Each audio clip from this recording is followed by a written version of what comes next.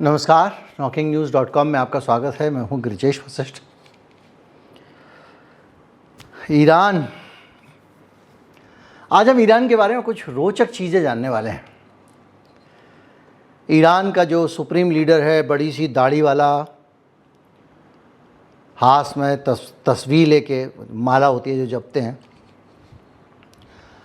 Islamic Republic, ये सब सोच के ना एक ऐसी स्थिति और एक ऐसी धारणा मन में आती है कि ये देश कहीं ना कहीं एक पुरातनपंथी सोच का देश होगा, कठमुल्ला देश होगा जैसा कह देते हैं लोग, या कुछ और होगा।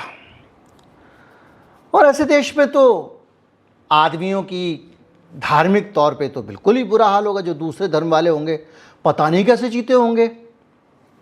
और कम से कम हमने जो अफ़गानिस्तान का सीन देखा है, या पाकिस्तान को भी एक हद तक देखते हैं, तो हमको लगता है कि यार होगा कुछ गड़बड़। ठीक है, अभी हम इजराइल को पसंद नहीं करते हैं, लेकिन ये क्या है, ये किस तरह का देश है? ये धारणा है, ये हम सबके मन में धारणा है।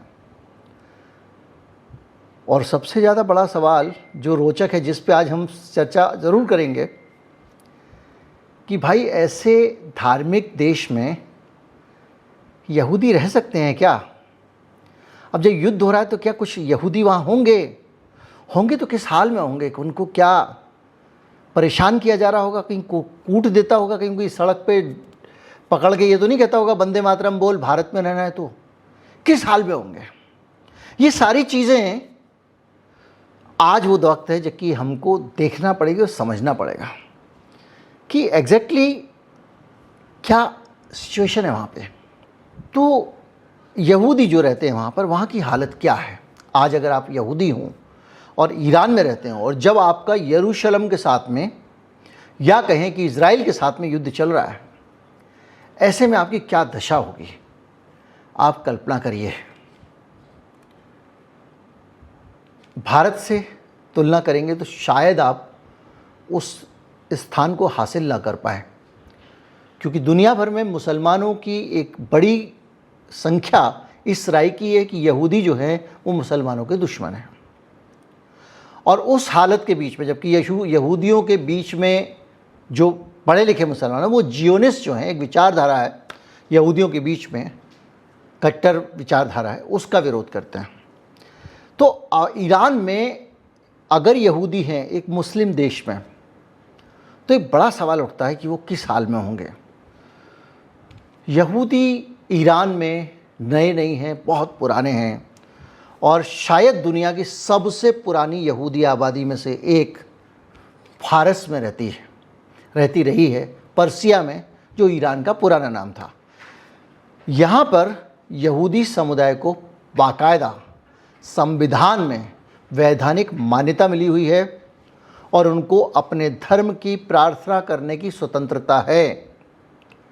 ये एक बड़ा ईरान के अंदर आज के हालात में भी संविधान के अनुच्छेद 13 में यहूदी, ईसाई और जरूथुस्त्री, इन समुदायों को धार्मिक अल्पसंख्यक के रूप में मान्यता दी गई है और ये लोग अपनी धार्मिक मान्यताओं का पालन कर सकते हैं। भारत जैसे किसी डेमोक्रेटिक देश में रह के आप इसको देखें तो भी अपने आप में बड़ी चीज़ दिखती है, क्योंकि हमारे यहाँ पे तो लोगों को नमाज पढ़ते में जाती है, भीड़ उठा देती है। कई ऐसे मामले हमने देखे हैं। एक आदमी के तो प्राइवेट घर में बाकायदा, अभी पिछले दिनों हमारे एक चौधरी साहब हैं, वो सीओ, वो तो पहुँच गए, मस्जिद के बाद जमानत नहीं, नमाज नहीं होगी, दूसरी मस्जिद में जाइए, पुलिस वाले पहुँच गए उत्तर प्रदेश में। खैर, ईरान में करीब 25 सिनेगॉग हैं। ये क्या होते हैं? सिनेगॉग होते हैं वो जहाँ पे यहूदी लोग अपनी प्रार्थना करते हैं, पूजा करते हैं, और जिसमें से 11 केवल तेहरान में हैं। आप जब भी ये का चीज़ करें तो एक तो खमेनेई की जो शक्ल है वो दिमाग में रखिएगा, और इस्लामिक देश है ये चीज़ दिमाग में रखिएगा, और जो अभी तक आप सोचते आ रहे हैं उससे अगर मुकाबला करिएगा तो आपको समझ में आएगा कि वो समाज जिसके बारे में हम लोग इस तरह की धारणा लेके घूमते थे, वो कितना खुला समाज है। तेहरान में 2 कोशेर हैं। अब कोशेर क्या होते हैं? दरअसल यहूदियों की मान्यता में जब आप भोजन करने के लिए कुछ खास तरह का उनका खाने पीने का तरीका है, उस तरह से यहाँ भोजन परोसा जाता है। एक तरह का रेस्तरां है ये, यानी उनकी संस्कृति को विकसित करने के लिए उनके लिए रेस्तरां खोले गए हैं और उनके पूजा स्थलों का संरक्षण सरकार करती है। यहूदियों का एक बाकायदा वहाँ पर वृद्धाश्रम है, यहूदी लाइब्रेरी है और उस लाइब्रेरी में 20,000 से ज़्यादा यहूदी धर्म से जुड़ी हुई किताबें हैं। यानी ईरान के अंदर यहूदी संरक्षित हैं। इसके साथ साथ ओजर हाटोराह संस्था द्वारा शुक्रवार को बाकायदा हिब्रू भाषा में वहाँ पर शिक्षा दी जाती है। वहाँ पर कई ऐसे स्कूल हैं जहाँ पर यहूदी शिक्षा दी जाती है। हालांकि अब वहाँ पर पहले जो यहूदी प्रिंसिपल होते थे, अब उससे एक चीज़ बेहतर भी कह सकते हो आप, ख़राब भी कह सकते हो, वहाँ पर अब मुस्लिम जो हैं वो उसको पढ़ा रहे हैं, यहूदी धर्म को। ये बहुत अच्छी बात भी मानी जा सकती है। कुछ लोग ये कह सकते हैं कि उनकी धार्मिक स्वतंत्रता है, उनके ही लोग क्यों नहीं पढ़ा रहे हैं, वो अलग नज़रिया हो सकता है। लेकिन यहूदी वहाँ पर प्रताड़ित, अभी भी इस युद्ध के बीच में भी आपने नहीं सुना होगा कि ईरान में यहूदियों के ऊपर हमला कर दिया किसी ने। और यहूदी भी वहाँ के, आपको ये नहीं लगेगा कि जैसे वहाँ पर बहुत सारे लोग जो अंदर में बलूच लोग हैं, कुर्द लोग हैं, ये सब लोग अपनी सरकार के लिए खिलाफ़ काम कर रहे हैं। पुरानी जो वहाँ मोनार्की थी, राजशाही थी, उसके जो कुछ लॉयलिस्ट हैं वो लोग अपने ही ईरान को हराने में लगे हुए हैं। लेकिन यहूदी इजराइल से युद्ध होने के बावजूद आपने नहीं सुना होगा कि एक बार भी ईरान के ख़िलाफ़ कुछ उन्होंने सोचा। ये अपने आप में कुछ ऐसी चीज़ें हैं जो हमको समझाती हैं। वहाँ पर धार्मिक ग्रंथ तनाख है, वो भी पढ़ाया जाता है और बाकायदा फ़ारसी में पढ़ाया जाता है, पर्सियन में। तो ये भी चीज़ अपने आप में एक हमको ये तस्वीर देती है कि हम लोग जैसी धारणा लेकर घूमते हैं। दरअसल मैं बताऊं, हम जहाँ रहते हैं साउथ एशिया में, भारत, पाकिस्तान, अफ़गानिस्तान, ये सांप्रदायिक तौर पे बहुत बीमार देश हैं, क्योंकि अंग्रेज़ों ने इनको बहुत सारे इंजेक्शन लगाए स्लो पॉइजन वाले, सांप्रदायिकता के। तो यहाँ पर हम लोग जो है वो हिंदू मुसलमान से पहले आगे सोच ही नहीं पाते हैं। दुनिया बहुत बड़ी है, दुनिया में बहुत सारे ऐसे इस्लामिक देश हैं, मैं आज ईरान के कॉन्टेक्स्ट में नहीं बता सकता हूँ, करीब जहाँ पे 95% 90% आबादी है मुसलमानों की, लेकिन धार्मिक स्वतंत्रता को सुनिश्चित किया गया है। लेबनान का उदाहरण मैंने आपको दिया था, जहाँ पे राष्ट्रपति अलग धर्म का होता है, प्रधानमंत्री अलग धर्म का होता है, स्पीकर अलग धर्म का होता है। ऐसे अनेक उदाहरण हैं। अभी पिछले दिनों अजरबैजान में ही शायद, मुस्लिम बाहुल्य देश है, वहाँ पर उन्होंने जो है वो विज्ञान की शिक्षा को अनिवार्य किया और शायद कुछ ऐसा किया है जो उसको छोड़ देते हैं। तो आप जो है वो बाकायदा वहाँ पे सब्बात को खोला जाता है, यहूदी स्कूलों को, और वहाँ पर बाकायदा यहूदी समुदाय जो है वो अपनी पढ़ाई करता है। हालांकि यहूदी जो है वो शनिवार को पढ़ना नहीं चाहते हैं, लेकिन ये शनिवार को खोलते हैं। भाई ये थोड़ा सा गड़बड़ लगा मुझे। वहाँ पर एक तनाव है और ये चीज़ बताती है कि जो डेमोक्रेसीज हैं भारत जैसी और ईरान जैसी डेमोक्रेसीज में वो कमियां हैं। जैसे ये एक यहूदी अगर चाहे खुल के इजराइल के पक्ष में कुछ बोलना, तो आसान काम नहीं है भाई साहब आपके लिए, और उनको अपने विचार इजराइल से जुड़े हुए कई बार मन में ही रखने पड़ते हैं, नहीं तो उनके ऊपर देशद्रोही का और इस सब का आरोप लग जाएगा। हमारे यहाँ भी हम पाकिस्तान के समर्थन में कुछ बोलेंगे अगर, तो लपेट दिए जाएंगे, ख़ासतौर पर अल्पसंख्यक समुदाय के लोग, और बल्कि उसके आधार पर एक व्यापक नफरत पूरे देश में उनके प्रति फैलाने की कोशिश की जाएगी। यहूदियों को एक सीट भी रिजर्व की गई है वहाँ पे। कहाँ पे? संसद में। यानी संसद में एक मेंबर यहूदी रहेगा ही रहेगा ईरान की, लेकिन राष्ट्रपति वगैरह जैसे बड़े पदों पे यहूदी नहीं जा सकते हैं। और इसके साथ साथ वहाँ पर बहुत सारे उनके स्मारक हैं पुराने, जिनको संरक्षित रखा गया है। हमने देखा कि किस तरह से अफ़गानिस्तान में गौतम बुद्ध की प्रतिमा को इतनी बड़ी उड़ा दिया गया था, कट्टरपंथ है, फलां चीज़ें हैं, लेकिन यहाँ पर यहूदियों के जो स्मारक हैं उनको भी ईरान ने सुरक्षित रखा। ये अपने आप में बहुत बड़ी बात है, जिसको अगर हम देखें और एक धार्मिक आधार पर चलने वाले देश के तौर पे देखें तो ये अजूबी बात है, जिसलिए मैं आपको बता रहा हूँ, जो मतलब हमारा परसेप्शन उसके हिसाब से। एस्तेर और मोर्दखाई का मकबरा हमदान में है, सूसा में डैनियल का मकबरा है, हबक्कूक का मकबरा है। तो इस कान में मैं इन सब के बारे में बताऊंगा ये कौन कौन आदमी थे, तो फिर आप भाग जाओगे वीडियो छोड़ के। इसके साथ साथ कजविन में एक मकबरा है, 4 यहूदी पैगंबरों के कफन यहाँ पे, दफन स्थल है यहाँ पे। इसके अलावा सारा में एक और पवित्र स्थल है, और यज़द और काशान में यहूदी संत जो हैं उनकी कब्रें हैं, रब्बी कहते हैं वहाँ पे। और वहाँ पर मुस्लिम लोग भी श्रद्धा के साथ जाते हैं, दर्शन करते हैं। ये पूरी सिचुएशन वहाँ की है। लेकिन आबादी का जहाँ तक सवाल है, दुनिया में, ईरान में, ये भी रोचक है, दुनिया में ईरान में चौथी सबसे ज़्यादा आबादी यहूदियों की है, मेरे ख्याल से तीसरी इजराइल, अमेरिका और फिर ईरान। वहाँ पर आज भी करीब 9,826 यहूदी हैं, और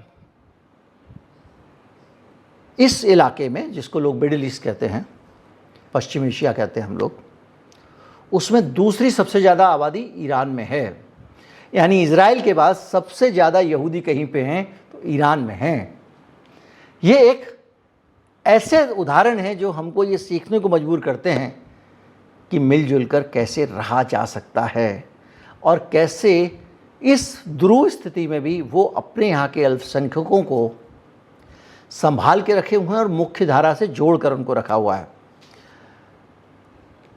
बहुत सारी चीज़ें, बहुत सारे डर यहूदियों को थे, इसलिए बड़ी संख्या में यहूदी पलायन भी कर गए थे। उनको लगता था कि अब ये इस्लामिक रिपब्लिक और ऐसे कुछ करके बना रहे हैं तो हम इसमें बचेंगे नहीं बचेंगे, हम पे जासूसी के आरोप लगेंगे, हमको इजराइल का लॉयलिस्ट मान लिया जाएगा। इस चक्कर में बहुत सारे लोगों को लगा मौका है, क्रांति हुई है, निकल लो, छोड़ो ये देश, और वो छोड़ के निकल गए। सरकारी नौकरियों में, न्याय में भेदभाव है, सामाजिक और आर्थिक स्वतंत्रता में इसी तरह की बाधाएं हैं। इसके साथ साथ ये हिब्रू पढ़ाने और यहूदी शिक्षा में भी दिक्कतें हैं। वहाँ महिलाओं की क्या स्थिति है, क्योंकि महिलाओं के बहुत सारे आंदोलन हुए थे जिसमें उन्होंने ये बताया था कि किस तरह से उनको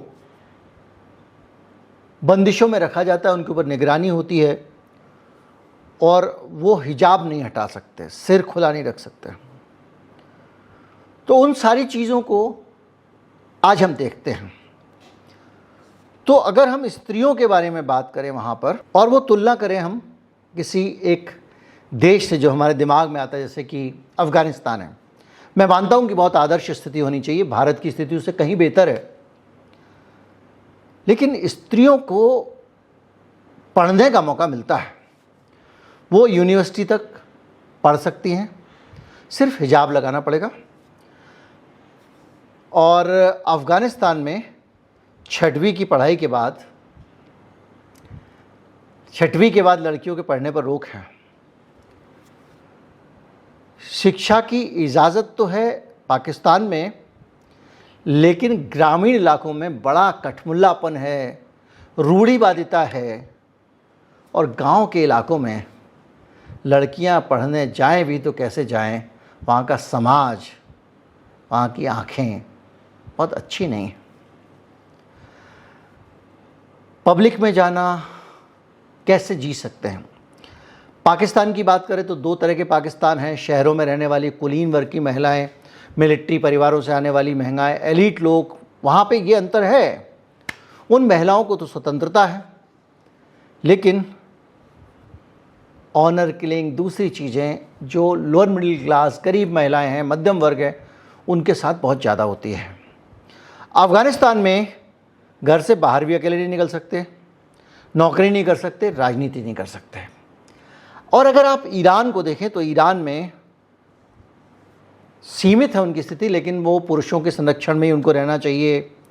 लेकिन लोग काम कर रहे हैं, महिलाएं काम कर रही हैं। ये बहुत सारी चीज़ें आप अगर देखें और एजुकेशन की बात देखें, अगर मैं अभी आऊँगा, बहुत सेंसिटिव चीज़ें हैं। एजुकेशन की बात करें, शिक्षा की बात करें, तो लगता होगा कि वहाँ सारे मदरसे ही होते होंगे, भाई तालीम ले लो, इल्म ये कर लो, बस ख़त्म। लेकिन पता चलता है कि वहाँ पर स्कूल में साइंस की एजुकेशन एक धर्म आधारित देश में बहुत बड़ी प्रायोरिटी पे है। विज्ञान और गणित अनिवार्य है, भारत में भी नहीं है। भारत में भी विज्ञान और गणित ऑप्शनल है, अनिवार्य है तो भाषा। लेकिन वहाँ पर आपको विज्ञान और गणित पढ़ना पड़ता है और काफ़ी क्वालिटी वाले शिक्षक वहाँ पर हैं।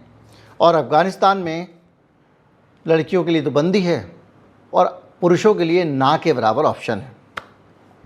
हम अफ़गानिस्तान जैसा देखते हैं ईरान को, लेकिन ईरान क्या वैसा है, वो आधुनिक है, ये दिखाई देता है। यूनिवर्सिटी और टेक्निकल एजुकेशन के मामले में Tehran university, Sharif university of technology जैसे संस्थान वर्ल्ड रेप्यूट के हैं और इसमें महिलाएं बाकायदा हिस्सा लेती हैं। यानी उच्च शिक्षा जो है वो लड़कियां वहाँ पढ़ती हैं। जैसे हमारे यहाँ के बहुत सारे यूनिवर्सिटीज़ हैं, जैसे कि जामिया है, जैसे कि JNU है, जैसे हमारे यहाँ दिल्ली यूनिवर्सिटी है। तो इस तरह के जो बहुत सारे संस्थान हैं, उनकी जो दुनिया भर में सम्मान है, वैसे ही यूनिवर्सिटी हैं। और तालिबान के बाद तो जो है महिला शिक्षा पे रोक है, शिक्षा ख़त्म ही है। तो ये एक अंतर आपको ऐसा लगेगा देख के कि भाई साहब ये जो खुमैनी का शासन है, खुमानाई, हमारे यहाँ खुमैनी कहते हैं खुमैनाई को, क्योंकि वैसे खुमैनी बड़े वाले थे।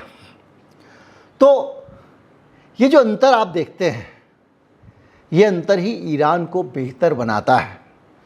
रिसर्च के मामले में इंटरनेशनल लेवल पे जो एजुकेशनल रिसर्च हैं उसमें धूम है।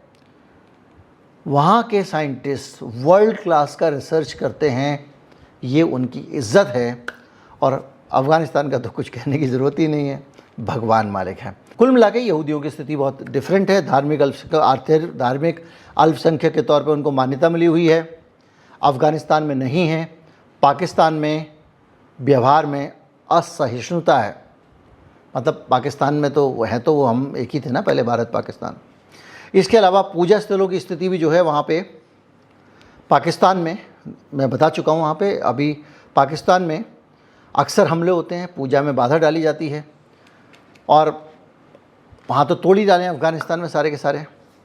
हिब्रू शिक्षा समिति वगैरह वगैरह ईरान में है। लगभग असंभव है धार्मिक अल्पसंख्यकों की शिक्षा अफ़गानिस्तान में, और भेदभाव झेलना पड़ता है पाकिस्तान में। संसद में यहूदियों के लिए एक सीट है, पाकिस्तान में कोटा है, राजनीतिक दबाव बहुत रहता है और वहाँ पर तो कुछ है ही नहीं अफ़गानिस्तान में। कुल मिला के जो सिचुएशन है वो ये बताती है कि हम इन हालात में, जब हम ईरान को इतना बड़ा विलेन मानते हैं, धार्मिक कट्टर देश मानते हैं, हमको ये लगता है कि भैया वहाँ तो जो है बिल्कुल सबको ही जो है वो एक ही रंग में रंग जाना पड़ता होगा, तो ऐसा नहीं है। इतनी कट्टर लड़ाई के बावजूद लंबे समय से यहूदी अपने आप को ईरान में सुरक्षित पाते हैं। ये अपने आप में छोटी बात नहीं है। उम्मीद करता हूँ वीडियो आपको अच्छा लगा होगा। अच्छा लगा हो तो ज़्यादा से ज़्यादा लोगों तक पहुँचाएँ। चैनल को सब्सक्राइब कर लें। नमस्कार, जय हिंद।